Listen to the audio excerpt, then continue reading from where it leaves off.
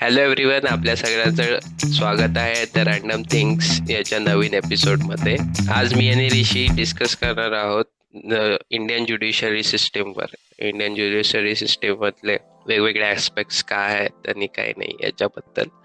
तर जसं आपल्याला सर्वांना माहितीच आहे की इंडियन ज्युडिशरी सिस्टीम खूप जुनी आहे आणि इंडिपेंडन्सच्या आधीपासून एस्टॅब्लिश झालेली आहे.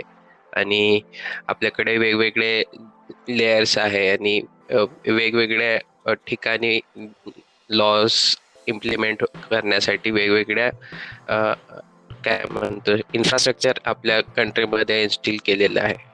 बरोबर. तर जसं की आपल्या कॉन्स्टिट्यूशन मध्ये म्हटलेलं आहे की highest law giving authority of India म्हणजे आपलं सुप्रीम कोर्ट आहे.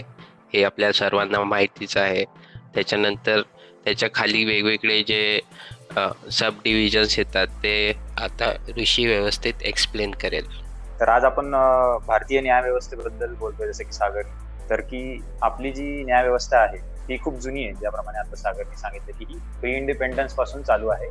प्री इंडिपेंडन्स आधी ब्रिटिश राज आपल्याकडे होतं, तर तेव्हा आधी ते ऑथॉरिटीमध्ये होते की कशी न्यायव्यवस्था चालली पाहिजे, कुठले लॉज रूल्स, कुठले सेशन कोर्ट्स, कुठला काय वगैरे वगैरे सगळे जे डिसिजन होते ते ब्रिटिश घ्यायचे. मग आफ्टर इंडिपेंडन्स भारताचे जेव्हा सरकार आलं, भारताचे जेव्हा कॅबिनेट फॉर्म, भारताची कॉन्स्टिट्यूशन जेव्हा डॉक्टर बाबासाहेब आंबेडकरांनी लिहिली, तर त्यामध्ये मग बऱ्याच गोष्टी इनकॉर्पोरेट करण्यात आल्या की जी काही न्यायव्यवस्था असेल, ज्याला की आपण एक चौथा पिलर म्हणतो इंडियन डेमोक्रेसीचा, तर त्यामध्ये कुठल्या कुठल्या गोष्टी असायला पाहिजे, काय गोष्टी कन्सिडर केल्या पाहिजे. कारण की छोट्यातल्या छोट्या गोष्टीचं खूप महत्व असतं कुठल्या पण केसेसचा रिझल्टवर. तर त्या सगळ्या गोष्टी इंडियन कॉन्स्टिट्यूशन मध्ये मग बाबासाहेब आंबेडकरांनी त्याला एक एकत्रित केलं आणि ती आता आपण सध्या न्यायव्यवस्था आपण आता पुढे चालवत आलेलो आहोत. तर जर आपण जर बघितलं तर आपल्याला बऱ्याच अशा गोष्टी असतात की ज्या आपण फक्त ऐकत आलेलो असतो लहानपणापासून, की त्याचा अर्थ काय हा माहिती नसतो. जसं की आपण लॉज हा एक शब्द ऐकलेला आहे, जजेस ऐकलेला आहे, ज्युडिशरी ऐकलेला आहे, पण याचा एक्झॅक्ट मिनिंग काय आहे हे जर आपल्याला कोणी विचारलं तर आपण सांगू शकणार नाही. कारण आपल्याला फक्त एक उडवाउडवीच्याच गोष्टी आपण, आणि मोस्टली आपल्याला इंडियन कोर्ट कशामधून माहिती तर इंडियन मूवीज मधून. आपण फक्त बरोबर इंडियन मूवीज मध्येच कोर्ट बघितले, बरोबर. तर मग बरोबर जे फेमस तुझे मूवी सीन्स आहेत आपल्याला त्याच्या व्यतिरिक्त काहीच माहिती, पण जर का तू ऍक्च्युअल मध्ये बघितलं इन रियालिटी डिफरन्स, जे कोर्ट आपण मूवी मध्ये बघतो ते ऍक्च्युअल मध्ये बिलकुल नसतं. तिकडे कोणी तारीख पे तारीख ओरडत नाही, बरोबर. तिकडे तुझा ऍक्च्युअल रिअल सिनेरिओ चालतो. तर जर का एक थोडक्यात सांगायचं झालं की जे मी शब्द आता सांगितले लॉज, जजेस, ज्युडिशरी, जर याला एक सिम्पल फॉर्म मध्ये सांगायचं सांगितलं की आपल्या भारतामध्ये क्रिकेट हा सगळ्यात लोकप्रिय खेळ आहे. जरी आपला नॅशनल स्पोर्ट्स हॉकी आपण म्हणतो, पण क्रिकेट चालतो. तर क्रिकेटिंग टर्म मध्ये जर तुला सांगायचं झालं तर जे क्रिकेटमध्ये रूल्स असतात, जे रूल्स खेळतो, तर जर का तू लिगल फॉर्म मध्ये त्या रूल्सला कन्वर्ट करायचं झालं त्याला लिगल टर्म आहे लॉज, जे आपण रूल्स म्हणतो. ठीक आहे. त्यानंतर क्रिकेट फील्ड मध्ये अंपायर्स असतात, ज्यांचं काम असतं की जे खेळाडू खेळतात ते एन्श्योर करणं की ते रूल्स फॉलो करूनच खेळतात. ठीक आहे. फॉलो न करता कोणालाच ते खेळू देत नाही. ते बेसिकली अंपायरचं काम आहे. तर सेम तुझ्या ज्युडिशरी सिस्टीम मध्ये जे जजेस असतात, ठीक आहे, तर ते ऍज अ अंपायर म्हणून काम करतात तुझ्या ज्युडिशरी सिस्टीम मध्ये. की त्यांचं काम कुठली पण केस जी आहे ते एन्श्योर कर लॉज आहेत ते फॉलो करूनच त्याचा डिसिजन गेला पाहिजे. असं नाही की तू इमोशनल होऊन एखाद्या गोष्टीचा डिसिजन घेतला किंवा सोशिओ पॉलिटिकल प्रेशरच्या अंडर तू येऊन एखादा काही डिसिजन घेतला. अशा गोष्टी न कर हे तुझे जजेस. आणि सेम टाइमला जे तुझं क्रिकेट स्टेडियम आहे ज्यामध्ये ऍक्च्युअल सगळं काही चालू आहे ती मॅच, तर ती तुझं लिगल टर्म मध्ये कन्सिडर करायला गेलं तर त्याला तू कोर्ट म्हणू शकतोस. एक कोर्ट आहे, कोर्ट मध्ये तुझे अंपायर्स म्हणजे जजेस आहेत आणि त्यामध्ये ते ऍज पर लॉ करतात. तर हे एक सिम्पल फॉर्म आहे तुझ्या कोर्ट सिस्टीमचा, जर आपण कोर्टचा विचार केला तर. जसं तू आधी म्हटलं की कोर्ट सिस्टीम जी आहे ती खूप वेगवेगळ्या पार्ट मध्ये डिवाइड केलेली आहे. आपली इंडियन ज्युडिशरी एक इंटिग्रेटेड सिस्टीम आहे. त्यामध्ये सगळ्यात अपेक्स लेवलला सुप्रीम कोर्ट येतं, जे की सगळ्या कोर्ट्स जे आहेत इंडियामध्ये त्याचं एकदम टॉप मोस्ट जर ऑफिस कुठला असेल तर ते. ठीक आहे. त्यानंतर सेकंड नंबरला येतं हायकोर्ट. तर हायकोर्ट ही अशी गोष्ट असते की स्टेट लेवलला ऑपरेट केली जाते. सुप्रीम कोर्ट हे तुझं सेंट्रल लेवलला ऑपरेट करतात, हायकोर्ट हे तुझे स्टेट लेवलला ऑपरेट करतात. पण असं काही नाहीये की असं कन्सिडर कर की आपण आता महाराष्ट्रात आहोत तर महाराष्ट्राचा हायकोर्ट जे आहे तर एका स्टेटला एक हायकोर्ट आहे. पण आपल्याकडे भारतात काही असे स्टेट्स आहेत, 2 स्टेट्सला मिळून एक हायकोर्ट आहे, काही ठिकाणी 4 स्टेट्सला मिळून एक हायकोर्ट आहे. बरोबर. आपल्याकडे total district number of states जास्त आहेत इंडियामध्ये. नंबर ऑफ हायकोर्ट्स बघितले भारतात तर ते, कारण की हो. तुझं पंजाब आणि हरियाणा या दोघांचं एकच हायकोर्ट आहे. त्यानंतर तुझे ईस्टर्न स्टेट्स जे आहेत त्या चारींचं मिळून एकच हायकोर्ट आहे. तर ओव्हरऑल बरोबर. असे 25 हायकोर्ट्स भारतामध्ये आहेत. आणि थर्ड नंबरला येतात तुझे लोकल कोर्ट्स म्हणजे district court. District courts. Yes. हा, म्हणजे ऑलमोस्ट एव्हरी डिस्ट्रिक्ट मध्ये असतात. काही ठिकाणी 2 डिस्ट्रिक्ट मिळून एक कोर्ट असतो. तर डिस्ट्रिक्ट कोर्टचे पण मग तुझे एक सब पार्ट्स पडले जातात, ज्याच्यामध्ये तुझं सिव्हिल कोर्ट आहे, तुझं क्रिमिनल कोर्ट आहे, तुझं रिव्हेन्यू कोर्ट आहे. तर सिव्हिल कोर्ट जे आहे त्या ठिकाणी तुझे सिव्हिल हाताळले जातात. ठीक आहे. बरोबर. त्याचप्रमाणे क्रिमिनल केसेस तुझे मग जे क्रिमिनल ऍक्ट्स आहेत, चोरी आहे, खून आहे, अटेम्प्ट टू मर्डर आहे, किडनॅपिंग आहे, हे जे क्रिमिनल ऍक्ट्स आहेत ते सगळे क्रिमिनल कोर्टमध्ये केले जातात. आणि तिथे सिव्हिल मध्ये जे सिव्हिल इश्यूज, भांडण, property issues, human property rights, issues. बरोबर बरोबर. तर हे सगळे कोड जे आहेत ते सगळ्यांना इंटरलिंक आहे. जसं की जर आता एक तुझा क्रोनॉलॉजी तुला जर बघायची असेल की एखादी केस जर, जसं की पोलीस स्टेशन मध्ये तुझा एफआयआर रजिस्टर्ड झालाय एखाद्या केसच्या रिगार्डिंग, आणि ते पोलीस म्हणजे अक्युज्ड आहे त्याला कोर्टमध्ये घेऊन जातात, बरोबर. बरोबर. लेट्स अज्युम की एक क्रिमिनल ऍक्ट झालाय आणि ते क्रिमिनल कोर्टमध्ये गेले, तर त्या ठिकाणी त्याला जो काही डिसिजन घेण्यात आला, जे काही सेंटेन्स आहे, whether guilty or not guilty, तर असं कन्सिडर करूया की त्याला गिल्टी घोषित करण्यात आलंय. तर भारतीय कॉन्स्टिट्यूशन एक प्रोव्हिजन आहे की तू वरच्या कोर्टवर जाऊन दाद मागू शकतो तुझ्या न्यायासाठी. म्हणजे तुला जर डिस्ट्रिक्ट कोर्ट जर तुला गिल्टी ठरवण्यात आलेलं आहे तर तू हायकोर्टमध्ये केस दाद पीच मागू करू शकतो की शकतो. असं बरोबर की माझ्या अगेन्स्ट असं केस होती आणि मला त्यात गिल्टी सांगण्यात आलंय, पण मला ते रिझल्ट मान्य नाही, तर तू हायकोर्ट अपील करू शकतो. असं कन्सिडर कर की हायकोर्ट मध्ये तुला गिल्टी सांगण्यात आलं तर तू सुप्रीम कोर्ट मध्ये जाऊ शकतो, बरोबर. आणि सुप्रीम कोर्टने जर का तुला जो डिसिजन दिला तो फायनल डिसिजन असतो, मग तो गिल्टी नॉट गिल्टी असो. जर का तुला सेंटेन्स टू डेथ देण्यात आली तर फाशीची शिक्षा तुला भेटतीये, पण तू काउंटर करू शकतो, कारण की भारताच्या कॉन्स्टिट्यूशन मध्ये ते मेन्शन करण्यात आले की सुप्रीम कोर्टने जर का तुम्हाला फाशीची शिक्षा सोसवण्यात आली तरी सुद्धा तुम्ही राष्ट्रपतीकडे दयेचा अर्ज करू शकता. प्रेसिडेंट ऑफ इंडियाला तुम्ही एक लेटर लिहू शकता ज्यामध्ये तुम्ही त्यांना रिक्वेस्ट करू शकता की माझी फाशीची शिक्षा कॅन्सल करून मला आजीवन कारावास, फाशीची शिक्षा कॅन्सल झाली म्हणजे त्याला बाहेर फ्रीडम भेटत नाही, त्याला जेलमध्येच राहावं लागते त्या कैदीला, पण आजीवन कारावास मध्ये राहावं लागतं. ठीक. तर असं एक क्रोनॉलॉजी आपल्या इंडियन कोर्ट सिस्टीमची आहे. बरोबर बरोबर. आणि जे डिस्ट्रिक्ट कोर्ट बद्दल मी बोलतो, डिस्ट्रिक्ट कोर्ट जे आहेत त्याचे जे फॉर्मेशन आहे, तर ते जे आहे एक पर्टिक्युलर लोकॅलिटी मध्ये किती पॉप्युलेशन आहे त्या बेसिसवर डिस्ट्रिक्ट कोर्ट फॉर्म केले जातं. की लेट्स अस्युम की एखादा डिस्ट्रिक्ट आहे ज्याच्यामध्ये खूप कमी पॉप्युलेशन आहे, तर त्याला सेपरेट डिस्ट्रिक्ट कोर्टची गरज नाहीये, तो तुला एक अलाइन केला जाऊ शकतो दुसऱ्या डिस्ट्रिक्ट सोबत ज्यामध्ये पॉप्युलेशन एक मॉडरेट लेवलला आहे. बरोबर. ते प्रत्येक एरियाची पॉप्युलेशन डेन्सिटी किती आहे त्याच्यानुसार ते डिसाइड करतात. आणि त्याच्यात पण अजून जर आतमध्ये ग्रॅन्युअर लेवलवर जायला गेलं तर मग ते ग्रामपंचायत लेवलवर पण काही डिसिजन्स त्यांना घेता येतात. पण ते मग डिपेंड करतं की समजा डिस्ट्रिक्ट कोर्टचं पॉप्युलेशन खूप जास्त असेल आणि काही गावाच्या ठिकाणी त्यांना स्पेशल ज्युडिशियल सिस्टीम लागत असेल तर मग ते एकदम छोट्या विलेज लेवल किंवा छोट्या आपण म्हणू शकतो गावाच्या लेवलमध्ये त्यांना त्या अथॉरिटीज दिल्या आहेत की ते तिथं पण त्यांचे जे मॅटर्स आहेत ते म्हणजे सॉल्व्ह करू शकतात. बरोबर. आता आपण ज्याबद्दल बोलतो की जसं की गावात ग्रामपंचायत असते, पण ग्रामपंचायत म्हणजे डिसिजन घेते ते त्या लॉच्या बाउंड्रीच्या मध्ये राहूनच त्यांना डिसिजन घ्यावे लागतात, बरोबर. तर मग आता आपण असं मोस्टली मूवीज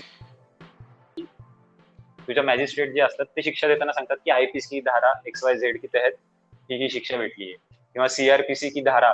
तर हे जे शब्द आहेत, आयपीसी आहे, सीआरपीसी आहे, हे आपल्याला एक्झॅक्ट माहिती नाही. जे आता लॉ स्टुडंट असेल त्यांना माहिती असतील, पण इन जनरल पब्लिकला फक्त मूवी मधलेच एवढे ॲब्रिव्हिएशन तुला माहिती आहेत. पण मग त्याचं आहे काय, तर भारतामध्ये कोर्ट सिस्टीम मध्ये काही लॉज आहेत, लॉज फ्रेम करण्यात आले ज्याच्या अकॉर्डिंगली सगळ्या गोष्टी चालतात. जसं की मी म्हटलं आयपीसी म्हणजे आयपीसी आहे इंडियन पिनल कोड, जे फॉर्म झाले होते आणि त्याच्यामध्ये ऑलमोस्ट 576 सेक्शन्स आहेत की कुठल्या शिक्षेला कुठल्या सिव्हिरिटीनुसार कुठली शिक्षा द्यायची. या सगळ्या त्या इंडियन पिनल कोड मध्ये गोष्टी लिहिण्यात आलेल्या आहेत. त्यानंतर सीआरपीसी म्हणून एक लॉ आहे, जसं की क्रिमिनल प्रोसिजर कोड, जे क्रिमिनल ऍक्ट आहेत, तर त्यांना कुठल्या कुठल्या नुसार कुठल्या कुठल्या सीआरपीसीचे जे ऍक्ट आहेत, मग त्यामध्ये असं मेन्शन केलेलं आहे की क्रिमिनल ऍक्ट जे आहेत कुठल्या अपराध प्रोसिजर कोड मध्ये आहेत. त्यानंतर काही क्रिमिनल लॉज आहेत, जर का क्रिमिनल लॉ कोणाला शिक्षा झाली तर त्या व्यक्तीला जेल पण होते आणि त्या व्यक्तीला सेम टाइमला फाईन सुद्धा भरावा लागतो. ठीक आहे. तर त्यानंतर काही सिव्हिल लॉज आहेत जे की सिव्हिल केसेस रिलेटेड आहेत. तर सिव्हिल केसेसमध्ये जर का कुणाला दोषी ठरवण्यात आलं तर त्यांना मोस्टली जेलमध्ये नाही जावं लागत. सिव्हिल केसेसला क्रिमिनल केसेसला जेलमध्ये जावं लागतं. तर सिव्हिल केसेसमध्ये कोणी गिल्टी ठरवलं असेल तर त्यांना त्या दंड तुम्हाला देण्यात येईल त्या केसेसच्या अगेन्स्ट, जी काही जो पण तुमचा अपराध आहे त्या अगेन्स्ट, आणि तुम्हाला मग तेवढं फाईन. काही लॉज आहेत ते स्टॅच्युटरी लॉज आहेत, मग त्यामध्ये तुम्हाला सेंट्रल, स्टेट, म्युनिसिपालिटी लेवलवर ते लॉज डिफाईन केले जातात. प्रत्येक जण आपापल्या ते राहून ते लॉज डिफाईन केले जातात की कुठल्या गोष्टीला कुठपर्यंत तुम्ही लॉ एक फ्रेम करू शकता, कुठल्या गोष्टीला नाही करू शकता. हे सगळे सेंट्रल ठरवतं, स्टेट ठरवतं आणि म्युनिसिपालिटी लेवलवर ठरवले जातात. आणि त्यानंतर काही ऑर्डिनन्स लॉज असतात जे की भारताच्या काही एक्झिक्युटिव्ह गव्हर्नमेंट बॉडीज आहेत, तर त्या केसेसमध्ये ते लॉज वापरले जातात. म्हणजे आता जसं वेगवेगळे हे आपण आपल्याकडे जे लॉज असतात, जसं समज प्रत्येक स्टेटमध्ये थोडे ड्रायव्हिंग रिलेटेड जे फाईन्स असतात ते वेगवेगळे असतात कधी कधी, करेक्ट? बरोबर. त्याच्यामध्ये ते प्रत्येक त्यांच्या ज्युडिशरीमध्ये त्यांना डिफाईन करता येतात, तर म्हणून ते त्यांच्या हिशोबाने वेगवेगळे असतात. बरोबर. बरेच असे काही शब्द असतात जे आपण ऐकत आलेले असतील, जसे की ऍक्ट आहे किंवा कोड आहे किंवा आर्टिकल आहे, सेक्शन आहे. तर यांचे पण एक्झॅक्टली यांचं मिनिंग काय आहे हे पण आपल्याला माहिती नाही. ऍक्ट कशाला म्हणतात, जसं की आता काही मध्ये सीए आला होता, बरोबर, तो पण एक ऍक्ट होता.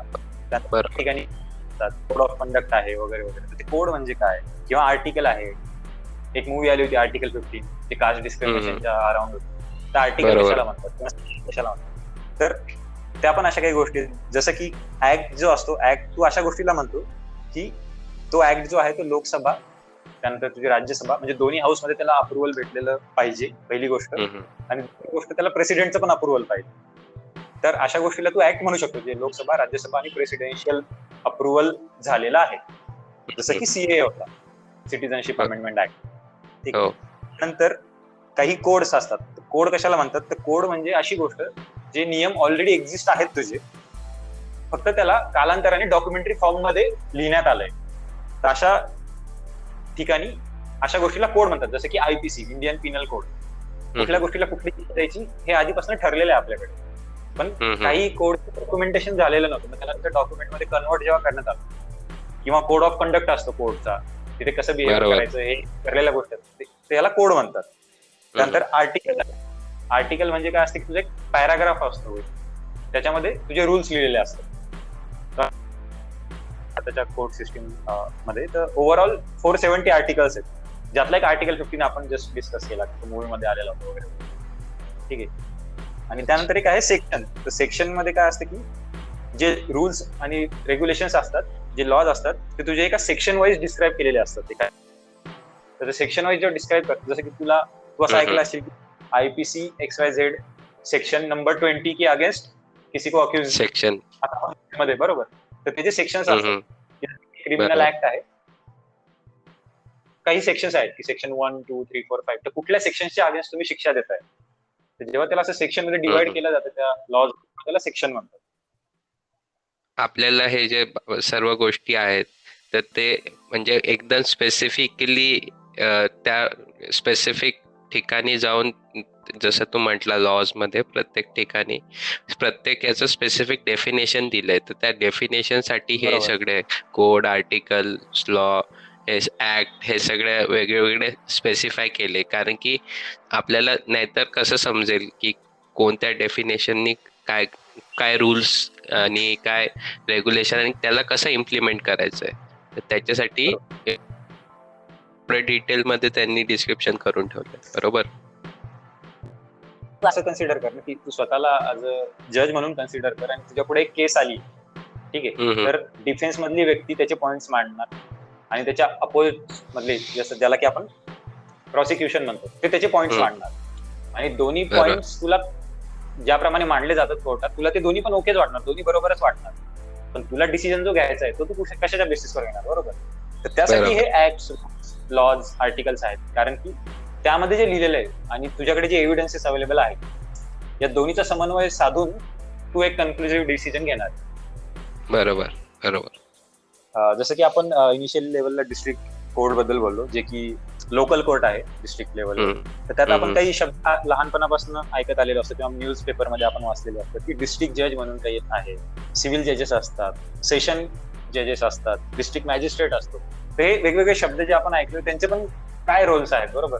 कारण की जर का फायनली तुला जजेस म्हणायचं आहे, न्यायाधीशच म्हणायचं आहे, तर मग सगळ्यांना सेमच का नाहीत म्हणत, वेगवेगळं का म्हणतात, बरोबर.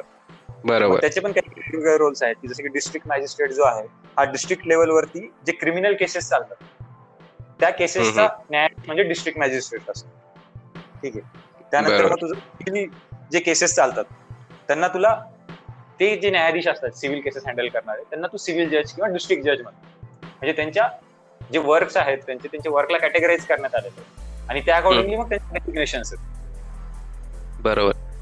म्हणजे त्यांना पण स्पेसिफिक केलेलं आहे ना, कारण की आता आपण एवढं सगळं डिफाईन केलंय, तू ऍक्ट सेक्शन्स आहे, तर त्याच्यात पण किती वेगवेगळे प्रकार आहेत. आणि आपल्या तू जनरल पॉप्युलेशन पण बघितलं तर जनरल पॉप्युलेशन नुसार पण किती नंबर ऑफ केसेस प्रत्येक वेगवेगळ्या व्हेरिएशन्सचे येतील. काही लोकांचं जसं तो क्रिमिनल केसेस येणार, काही लोकांचं सिव्हिल केसेस येणार, काही लोकांचं फॅमिली मॅटर्सचे केसेस येणार. तर तेवढे सगळे केसेस पण हँडल करायसाठी त्यांना तेवढे स्पेसिफिक केसेसला जज करण्यासाठी लोक जे आहेत तर ते अपॉइंट करावं लागतील, राईट. तर म्हणून मग त्यांनी सेगमेंटेशन आणि सेग्रिगेट केलं, म्हणजे वेगवेगळे सेग्रिगेशन करून ठेवलं ऑलरेडीच की हे लोक हे बघतील, हे लोक हे बघतील. आणि त्यांनी त्याच्यात त्यांचं काय म्हणतात, त्यांचं ते जे वर्डिक्ट देत असतील तर त्याच्यात पण त्यांचं खूप स्मूथ, म्हणजे आता एवढ्या दिवसांपासून ते कंटिन्युअसली एकाच फील्डमध्ये काम करतात. समजा एकच जर सिव्हिल जज असतील किंवा डिस्ट्रिक्ट जज असतील तर त्यांच्या हाताखालून एवढे केसेस गेलेले असतील तर त्यांचं जे जजमेंट पॉवर पण असेल ते पण एक्सपिरियन्सनी वाढत असेल, तर ते त्याच्यानी चांगले जजमेंट पण देऊ शकत असतील. बरोबर. आता आपण जजमेंटल बद्दल बोललो किंवा त्याच्या एक्सपिरियन्स बद्दल तू बोलला, तर आपल्याकडे तुला माहिती आहे की भारतामध्ये काही जजेस जे असतात म्हणजे मोस्टली एक नॉर्मल तुझा जो जज असतो त्यांचं एक कॉम्पेन्सेशन जे आहे, जे मंथली पेमेंट, आणि जे एक तुझे कोर्टमध्ये वकील जे असतात त्यांच्या पेमेंटमध्ये खूप वेगवेगळा डिफरन्स असतो. काही की जे खूप जास्त पर सेशन, ठीक आहे. तर 4-5 नाव असे आहेत जे मी बघितले की जे ऑलमोस्ट त्यांना म्हणू शकतो. आणि त्यांची जी फीस आहे ते जर ऐकशील तर बघ तू, तर राम जेठमलानी तू नाव ऐकलं असेल, बरोबर. राम जेठमलानी भारतातले one of the most celebrated advocate आहेत. तर ते पर सेशन किंवा पर इयरिंग त्यांचे 25 लाख रुपये फीस आहे त्यांची अप्रॉक्सिमेट. त्यानंतर के वेणुगोपाल म्हणून एक ऍडव्होकेट आहेत, ते 5 ते 15 लाख मध्ये चार्ज करतात. त्यानंतर एक नरिमन म्हणून ऍडव्होकेट आहेत, ते पण 8 ते 15 लाख. नंतर असे एक गोपाल सुब्रमण्यम 5 ते 16 लाख. म्हणजे असे 5 ते 10 ऍडव्होकेट असे आहेत भारतामध्ये. त्यांची तुझी जे एक सेशन आहे त्याचं ड्युरेशन किती असणार असं नसतं, बरोबर. 1 तास, 2 तास, 3 तास, त्याच्यावर एक सेशन नाही चालत कोर्टात. म्हणजे हे अप्रॉक्सिमेट सांगतोय, चुकीचं पण असू शकतो. लॉ स्टुडंटला माहिती असेल एक्झॅक्टली काय ड्युरेशन असेल, पण तेवढ्या त्या सेशनसाठी त्यांचा एक्सपिरियन्स जो आहे एवढ्या वर्षांचा, त्यांचं जे नॉलेज जे आहे आणि त्यांनी ज्या केसेसमध्ये काम केलेलं आहे त्याचा जो इम्पॅक्ट आहे त्या अकॉर्डिंगली ते एवढे फीस चार्ज करतात. पण जर का ऍडव्होकेट एवढे फीस चार्ज करायला लागले तर एक साधारण व्यक्ती अफोर्ड करू शकणार नाही, बरोबर.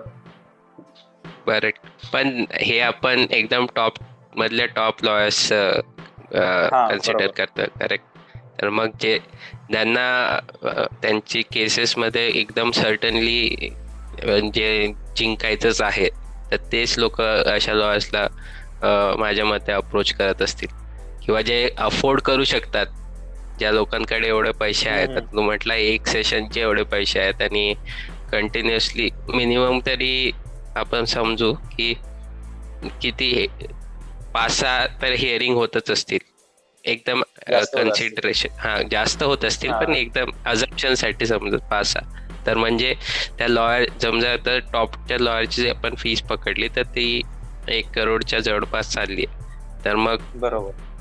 लोक या काइंड ऑफ फीड अफोर्ड करू शकतात, तेच लोक त्यांना अप्रोच करत असतील. आणि हा, ऑब्विस.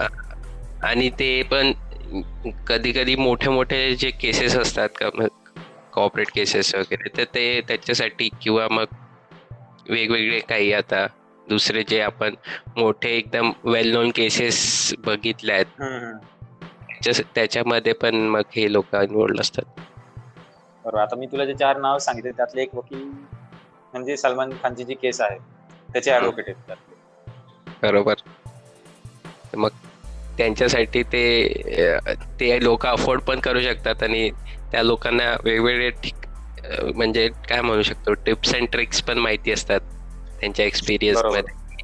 ते कसं शकतात काही काही गोष्टी कोणत्या वेगवेगळ्या प्रकारे, तर त्याच्या जेणेकरून ते त्यांचे क्लायंट्स व्यवस्थित बाहेर काढू शकतात. बरोबर. आता आपण काही शब्द जे लॉज वगैरे आयपीसी वगैरे सीआरपीसी आपण आधी डिस्कस केले, तर काही शब्द असे आहेत जे आपण लास्ट 1.5 इयर पासून ऑलमोस्ट डेली ऐकतोय. जसं की तुझं लॉकडाऊन आहे, कर्फ्यू आहे आणि सेक्शन 144 आहे. बरोबर. या गोष्टींशी आपण आता पूर्णपणे रिलेटेड झालं, पण त्यामध्ये पण डिफरन्स आहे. जर की गव्हर्नमेंटने अनाऊन्स केलं की आम्ही सेक्शन 144 इम्पोज करतोय किंवा लॉकडाऊन लागणार आहे किंवा कर्फ्यू लागणार आहे, तर त्यातला एक्झॅक्टली डिफरन्स काय? बरोबर. तर सेक्शन 144 ज्याला मराठीत आपण आचारसंहिता म्हणतो, तर सेक्शन 44 अशा वेळेस इम्पोज केली जाते की ज्या ठिकाणी 4 किंवा त्यापेक्षा जास्त लोक एका ठिकाणी जमू शकत नाही. हा एक बेसिक सेक्शन 144चा नियम आहे की कुठलाच पब्लिक गॅदरिंग तू नाही करू शकत, मॉब जमू नाही शकत.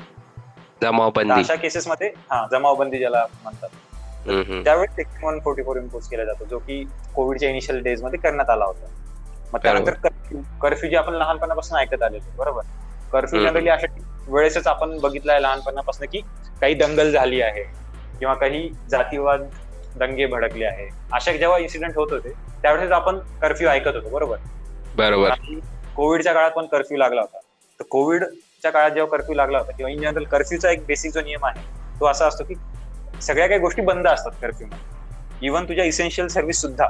ठीक आहे. बरोबर. फक्त ऍडमिनिस्ट्रेटिव्ह आणि पोलीस सर्व्हिसेस कर्फ्यू मध्ये चालू असतात. आणि लॉकडाऊन हा जो शब्द जो आपण मागच्या 1-1.5 वर्षापासून ऐकलं, त्या आधी आपल्याला कोणाला माहितीच नव्हतं लॉकडाऊन काय कन्सेप्ट आहे. तर लॉकडाऊन हा बाकी कुठल्याच गोष्टीत लागत नाही, फक्त एकाच गोष्टीत लागतो, जो की भारताकडे एक ऍक्ट आहे, एपिडेमिक डिसीज ऍक्ट 1987 ला बनलेला. त्या डिसीज ऍक्टच्या अंडर जर एखादा डिसीज पसरला ऑल ओव्हर कंट्रीमध्ये, जो की आता ग्लोबली, तर अशा केसेसमध्येच तू फक्त लॉकडाऊन लावू शकतो. लॉकडाऊन म्हणजे पूर्ण कंट्री लॉक होऊन जाते, त्यामध्ये तुझं आणि फक्त इसेन्शियल सर्व्हिसेस चालू असतात, जे की आपण सगळ्यांना माहितीये काय असतं काय नाही सध्याला. बरोबर. याच्या आधी आपल्याला माहितीच नव्हतं, कारण की याच्या आधी ती गरज पडलीच नाही, कारण की 100 इयर्स पहिले कोविड म्हणजे पॅन्डेमिकची सिच्युएशन आली होती आणि आपण त्याच्यानंतरच इंडिपेंडेंट झालो, तर त्याच्यामुळे आपल्याला लॉकडाऊनची याच्या आधी पहिले गरज पडली नाही. पण ते म्हणजे पहिलेपासून स्टेटेड आहे, तर खूप चांगली गोष्ट आहे की तो आपण यूज करू शकलो. लॉकडाऊनच्या अंडरमध्ये वेगवेगळे लॉज आणि ऍक्ट्स पास झाले आणि कदाचित त्याच्या अंडरमध्येच वेगवेगळे केसेस पण चालू असतील आपल्या इथं, जे आपल्याला माहिती नाहीत. पण काही नक्की काही म्हणजे वेल डॉक्युमेंटेड केसेस आहे. आणि त्याच इंटरेस्टिंग केसेस मधली एक केस आहे की एक लाल बिहारी नावाचा व्यक्ती होता.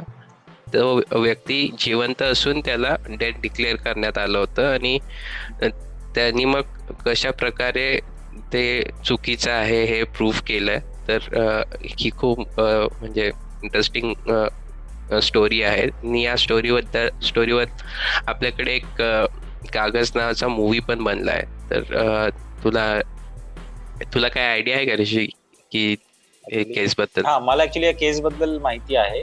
मूवी बद्दल माहिती नाही, या मूवीचं नाव घेतलं. मी नक्कीच बघेल आता यानंतर.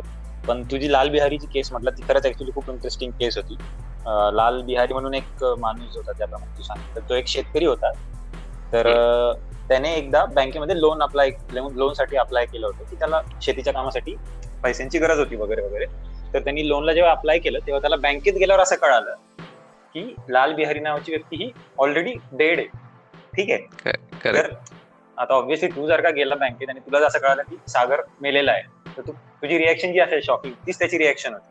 ठीक आहे. तर त्याला असं कळण्यात आलं की ही व्यक्ती ऑलरेडी काही दिवसांपूर्वीच मेलेली आहे.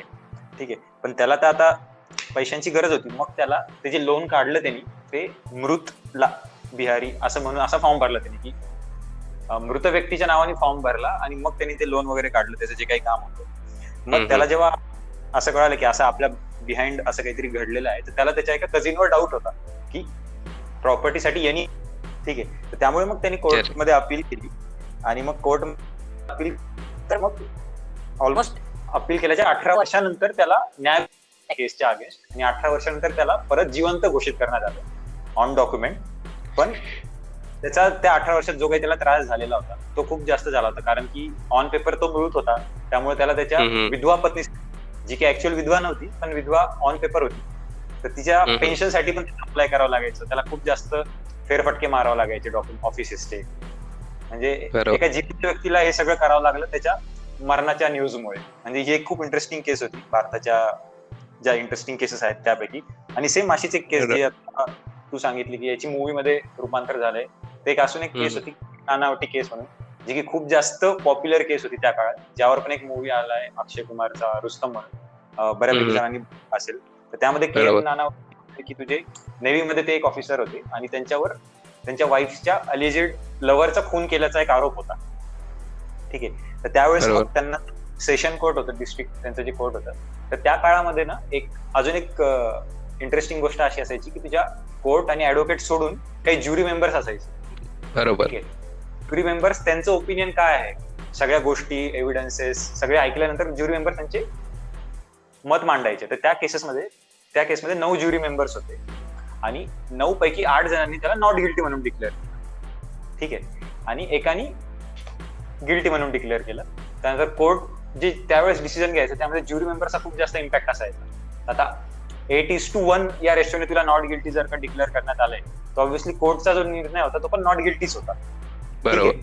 पण त्यानंतर पण ती जी केस होती ती मग बॉम्बे हायकोर्टमध्ये गेली, कारण त्या काळात मुंबई नव्हतं. तर बॉम्बे हायकोर्टमध्ये जेव्हा गेली, तर त्यावेळेस मग परत जेव्हा पूर्ण केस स्टार्टिंग पासून इन्व्हेस्टिगेट करण्यात आली आणि फायनली मग तोपर्यंत भारतीय सरकारला असं लक्षात आलं होतं की ज्युरी मेंबर्सचे जे डिसिजन असतात हे बऱ्यापैकी सोशिओ पॉलिटिकल, इकॉनॉमिकल डिसिजन किंवा एन्व्हायरमेंट मुळे चेंज होऊ शकतात. ठीक आहे. तर आपल्याला सिस्टीम हवी यामध्ये या गोष्टींनी इंटरफेअर नाही केलं पाहिजे. तर मग त्या केस नंतर जी ज्युरीची कमिटी होती ती भारतीय न्याय व्यवस्थेतून बंद करण्यात आली. त्यानंतर मग ज्युरी मेंबर्स नव्हते, फक्त कोर्टचा डिसिजन फायनल असायचा. आणि मग त्यानंतर बॉम्बे हायकोर्टने जो डिसिजन दिला तो त्याला गिल्टी म्हणून देण्यात आला आणि मग त्यांना पूर्ण लाईफसाठी आजीवन कारावासाची शिक्षा देण्यात आली. करेक्ट.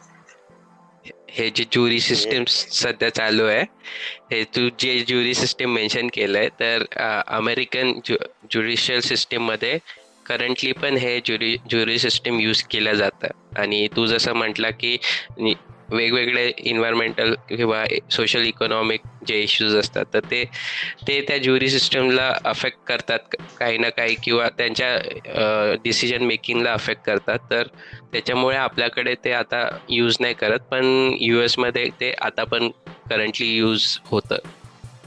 आता ते प्रत्येक कंट्रीचं त्यांचं पर्सनल डिसिजन आहे, बरोबर. कारण त्यांना जर का ते वाटत असेल की हे आपल्या न्याय व्यवस्थेसाठी योग्य आहे, तर ऑब्व्हियसली ते करू शकतात. पण आपल्याकडे असे काही इन्सिडेंट्स झालेत की ज्यामुळे आपल्या सरकारने असा निर्णय घेतला की आपल्यासाठी हे योग्य नाही, त्यामुळे ते कॅन्सल झाले. सेम त्याचप्रमाणे एक केस अशी होती 1978 मध्ये झाली होती, जी की भारतीय ज्युडिशरी सिस्टीमला तिने शेक केलं होतं.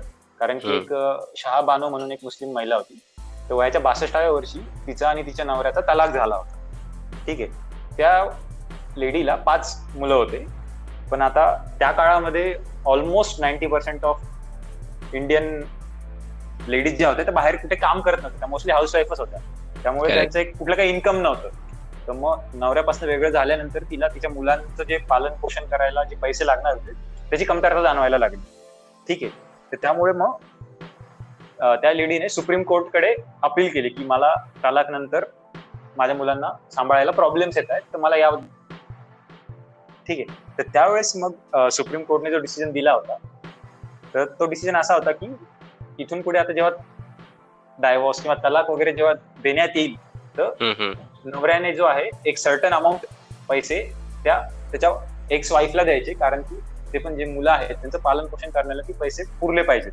ठीक आहे. तर मग जेव्हा हा डिसिजन त्यावेळेस देण्यात आला, त्यावेळेस भारतामध्ये खूप जास्त लोकांनी त्याच्या अगेन्स्ट ऑब्जेक्शन घेतले होते, कारण की मुस्लिम शरिया कानून जो आहे त्याच्या अगेन्स्ट हा डिसिजन होता. बरोबर. तर मग बऱ्यापैकी मुस्लिम समाजाने त्याला अपोज करण्यात आला होता या निर्णयाला. आणि सेम त्याच टाइमला काँग्रेस जे होतं, काँग्रेसने मग इव्हन वी नो की काँग्रेस थोडंसं सेक्युलर दाखवतं पण ऍक्च्युअल मध्ये नाहीये, तर त्यावेळेस त्यांनी मग या डिसिजनचा फायदा घेऊन त्यांनी काय केलं की एक मुस्लिम वुमन ऍक्ट एक त्यांनी बनवला, आणि त्यामध्ये मग त्यांनी जो डिसिजन सुप्रीम कोर्टने दिला होता त्याच्या अगेन्स्ट तो ऍक्ट बनवला होता की जसं की पैसे द्यावे लागणार असं सुप्रीम कोर्टने सांगितलं होतं. त्यामुळे ऍक्टमध्ये असं लिहिलं होतं की पैसे देऊ नये आफ्टर तलाक. तर असा तो ऍक्ट काँग्रेसने बनवला होता. त्यावेळेस मग ही केस जी होती ही खूप जास्त चर्चेमध्ये होती, आणि कारण की त्या अगेन्स्ट खूप जास्त निदर्शनं वगैरे झाली होती त्या काळात. पण फायनली त्या लेडीने ती केस जिंकली होती. करेक्ट. आणि त्या केसमुळेच आता पण समजा जर कधी फॅमिली कोर्टमध्ये कोणाचा डिव्होर्स होत असेल तर त्यांना ॲल्युमनी म्हणतात, जे पैसे त्यांना भेटतात की डिव्होर्स नंतर तुम्हाला म्हणजे समोर जाऊन तुम्ही सस्टेन राहायला पाहिजे, तुमच्या मुलांचं एज्युकेशन किंवा जे पण तुमचे ऑफस्प्रिंग असतील त्यांना एक व्यवस्थित क्वालिटी ऑफ लाईफ भेटली पाहिजे. तर त्याच्यासाठी एक ॲल्युमिनीचा प्रकार असतो, तर तो भेटतो त्यांना. बरोबर. तर जशी एक रिसेंट केस आहे, तर एक त्यांनी या केसनी पण आपल्याकडे म्हणू शकतो की खूप सोशल रिफॉर्म केल्यासारखं आहे. तर एक सुप्रीम कोर्टनी 2014 मध्ये लँडमार्क डिसिजन पास केलं होतं की एक ट्रान्सजेंडर जे आपल्याकडे पर्सन्स आहेत, तर ते ट्रान्सजेंडर पर्सन्सला पर्टिक्युलरली त्यांनी डिफाईन केलं, आणि थर्ड जेंडर म्हणून त्यांना पण इक्वल राईट्स आहेत. नारीला जर इक्वल राईट्स आहेत मेन आणि फिमेलला, तसंच थर्ड जेंडर आणि अदर जेंडर्सला पण सर्व जे आहे राईट्स आहेत ते पण सिमिलर राईट्स भेटले पाहिजे. तर हे एक लँडमार्क जजमेंट पास झालं होतं 2014 मध्ये.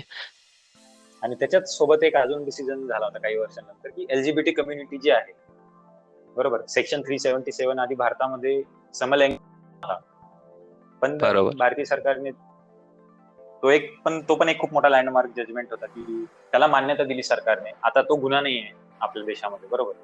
तर तो एक एलजीबीटी कम्युनिटीसाठी खूप मोठा एक निर्णय होता, ज्याचं खूप जास्त मोठ्या प्रमाणात स्वागत झालं होतं आपल्या देशात. करेक्ट. तर हे तर एकदम म्हणजे काय म्हणू शकतो आपण, एक सोसायटील म्हणजे यांचा वेगळाच इम्पॅक्ट आहे हे जे जजमेंट झालेत सगळे ह्याच्यात. पण एक म्हणजे एक फनी इन्सिडेंट्स म्हणून एक फनी स्टोरी, एक फनी केस पण आहे आपल्याकडे, जी 1959 मध्ये घडली होती. ती state of Orissa versus Ram Bahadur Thapa म्हणून केस होती. तर त्याच्यात एक जे राम बहादूर थापा एक चॅटर्जी बंधूंचा म्हणजे काय म्हणू शकतो आपण गाईड टाईप होता, म्हणजे सिक्युरिटी गार्ड टाईप. तर हे जे चॅटर्जी ब्रोज होते तर ते एका विलेजमध्ये गेले, ओरिसाच्या विलेजमध्ये. त्यांना तिथले अबंडंट एक चार्टर्ड प्लेनची सर्व्हिसेस होती, तर ते त्यांना विकत घ्यायचं होतं. तर ते बघायसाठी ते तिकडे गेले ओरिसामध्ये. तर तिकडं जाऊन त्यांना असं समजलं की या विलेजेसमध्ये गोस्ट आहेत आणि ते त्या पर्टिक्युलर लँडमध्ये राहतात. तर मग हे जे चॅटर्जी होते ते ऑब्व्हियसली सिटीमधून आले होते, तर त्यांना क्युरिओसिटी झाली की असं काही नाही आहे. तर मग ते आणि त्यांचा सिक्युरिटी गार्ड ते सगळे मिळून तिकडे गेले. तिकडे गेल्यावर त्यांना असं संध्याकाळची वेळ होती, संध्याकाळची वेळ, आणि मग तर तिकडे गेल्यावर त्यांना असं फ्लोटिंग लाईट्स दिसले. तर ते फ्लोटिंग लाईट्स दिसले तर सिक्युरिटी गार्ड घाबरून त्यांनी त्या फ्लोटिंग लाईट्स वर डायरेक्ट चार्ज करून टाकलं. त्यांना वाटलं की भूत वगैरे आहे काहीतरी, आणि त्यांनी त्याच्याकडे एक वेपन होतं, तर त्यांनी त्याच्यावर जाऊन म्हणजे हमला करून टाकला. तर पण ते नंतर असं समजलं की ते बिचारे आदिवासी लोक होते आणि ते तिथं त्यांचे संध्याकाळच्या जेवणासाठी ते वेगवेगळे फ्रुट्स आणि रूट्स हे गोळा करत होते.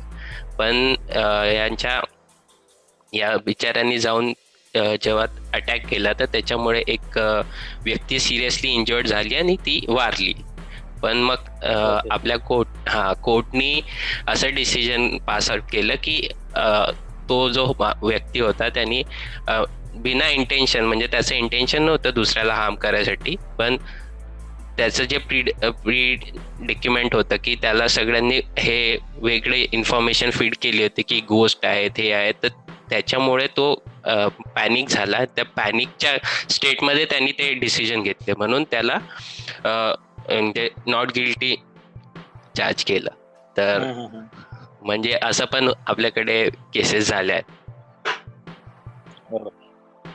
थोडा इंटरेस्टिंग केसेस बद्दल बोललो किंवा काही काय म्हणतात की लँडमार्क जजमेंट बद्दल बोललो, पण सेम टाइमला आपल्या इंडियन ज्युडिशरी सिस्टीमचे काही ड्रॉबॅक सुद्धा आहेत. जसं की जर का तू बघितलं आज आपल्या देशामध्ये नंबर ऑफ कोर्ट्स आणि नंबर ऑफ जजेस हे जर का तू ओव्हरऑल पॉप्युलेशन सोबत कन्सिडर केलं तर खूपच कमी आहे. बरोबर. काय आहे की लाखांमध्ये केसेस तुझ्या पेंडिंगच राहतात. ठीक आहे, केसेसचा बॅकलॉग खूप जास्त. हा, त्यामुळे कित्येक लोकांचे आयुष्य जे ते उद्ध्वस्त होऊन जातात. लेट्स अज्युम की तुझ्यावर आज एक केस आहे, ठीक आहे, तू नॉट, पण तो डिसिजन येण्यासाठी तुझे 10 ते 20 वर्ष जातात.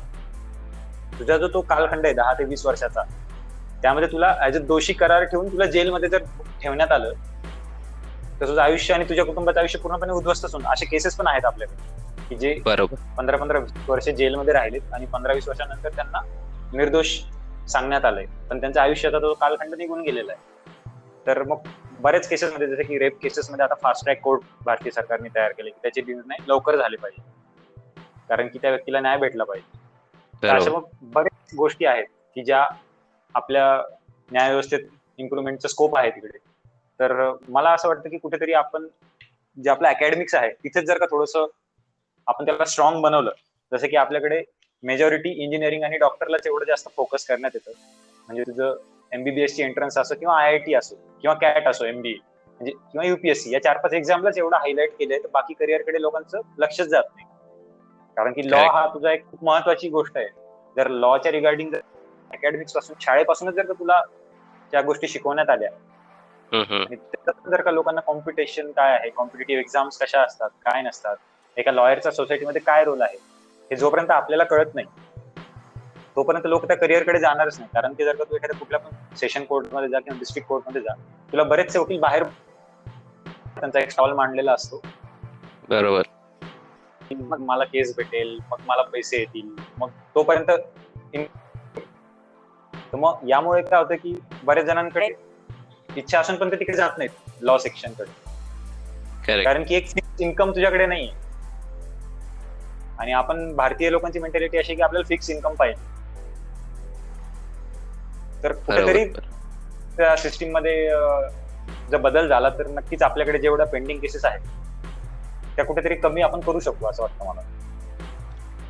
बरोबर. जसं तू सजेस्ट केलं की याचं पहिलेपासूनच थोडंसं आपल्या एज्युकेशन सिस्टीम मध्येच त्यांनी, आपल्याकडे आहे तसं, म्हणजे सिविक्समध्ये वगैरे आपण हे सर्व गोष्टी शिकतो की कसं काय होतं व्यवस्थित, कुठे कुठे काय लॉज वगैरे आहेत, पण ते थोडं चांगल्या पद्धतीने जर आपल्याकडे कन्वे करण्यात आलं आणि जे जनरल आपलं कोर्टचं इन्फ्रास्ट्रक्चर आहे तर ते जर समजा अजून जास्त ठिकाणी एक्सपांड करण्यात आलं, की जसं आपण म्हटलं की नंबर ऑफ हायकोर्ट्स थोडे कमी आहेत, तर त्यांनी थोडे नंबर ऑफ हायकोर्ट्स 1-2 ठिकाणी वाढवले किंवा नंबर ऑफ जजेस आणि लॉयर्स जास्त करून वेगवेगळे हायर केलेत आणि वेगवेगळ्या ठिकाणी अजून थोडेसे कोर्ट सिस्टीम वगैरे जर वाढवले, तर हे बाकी जेवढे सगळे आपल्याकडे पेंडिंग आहेत केस लोड्स किंवा पेंडिंग गोष्टी आहेत तर ते लवकरात लवकर सॉर्ट आउट होण्याचं काही ना काही उपाय निघेल. बरोबर. आता तू म्हटलं की आपण अकॅडमिक्स मध्ये आहे, सिविक्स नावाचा सब्जेक्ट आहे ज्यामध्ये आपण या गोष्टी शिकलोय, पण ऍक्च्युली आपण तेव्हा ते शिकलेलोच नाही, आपण फक्त त्या वाचल्यात आणि एक्झाम मध्ये लिहून पास झालो. कारण की जर का त्या गोष्टी तू आता शिकलेला असता तर शाळा सोडल्या एवढ्या वर्षांतर आपल्याला जर का तुला आज कोणी विचारलं राज्यसभा काय, लोकसभा काय, तर 10 पैकी एखाद्याच व्यक्तीला त्याचं उत्तर देता येईल. बरोबर. बरोबर. तर मग ते कुठेतरी आपल्याला तिथे बदल घडवण्याची गरज आहे, कारण की आपण फक्त ते नाही, वाचतो, मग- पास होतो.